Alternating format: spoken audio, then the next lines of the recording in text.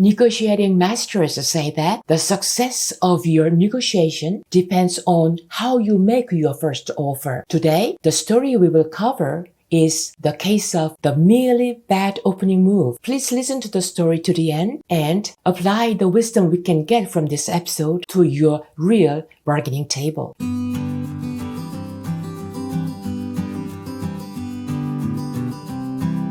Dear subscribers, viewers, I'm very glad to see you again. I'm Professor Seung-Jin Seo of GSTE. Do you remember what we covered the last time? Yes, it was the case of the ugly opening move. The seller gave the exact amount of money, which is maximum, as the first response. It was a big mistake. The episode we will cover today is the merely bad opening move. Listen to the following story to the end and try to find out why it is the merely bad opening move. Buyer said, "How much do you want for this property?" Then the seller answered, "I haven't made up my mind yet. How much are you willing to pay?" The master's comment goes like this. Now, you've put the burden on the buyer, which is good because the buyer may come up with a higher price than you intended. But your reply is too general and it's unlikely the buyer will take the bait and open with a dollar figure. The buyer will probably fish around for details, then ask you again to name your figure. The title of today's story is The Merely Bad Opening Move. Do you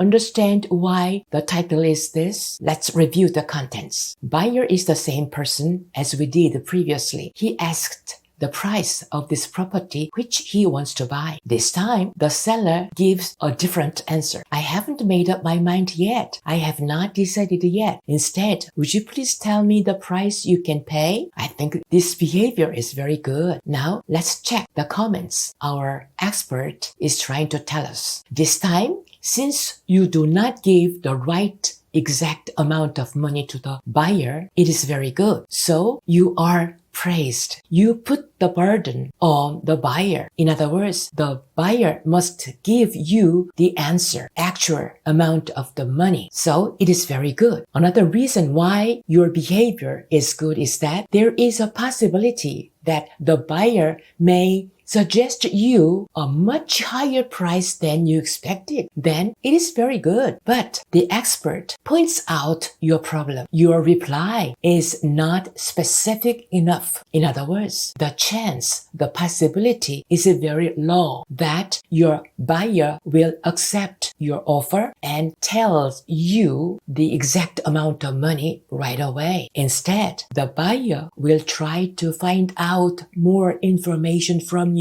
In other words, the buyer tried to fish around to get more details. And then suddenly the buyer may ask you instead to give the buyer the exact amount again by saying, "Name your figure." That's the mistake we should keep in mind. Do you agree with the comments made by the expert? Now I think you can fully understand the whole story. Please listen again and repeat after me. How much do you want for this property? How much do you want for this property? I haven't made up my mind yet. I haven't made up my mind yet. How much are you willing to pay? How much are you willing to pay? Now you will put the burden on the buyer, which is good. Now you will put the burden on the buyer, which is good. Because the buyer may come up with a higher price than you intended. Because the buyer may come up with a higher price than you intended. But your reply is too general. But your reply is too general. And it's unlikely the buyer will take the bait. And it's unlikely the buyer will take the bait and open with a dollar figure. And open with a dollar figure. The buyer will probably fish around for details. The buyer will probably fish around for details. Then ask you again to name your figure. Then ask you again to name your figure. Did you have fun? It's a very interesting story. Next time, we will cover a case of a good opening move. Have a great expectation. I'm Professor Seung-Jin Seo of GSTE. Thanks for watching to the end.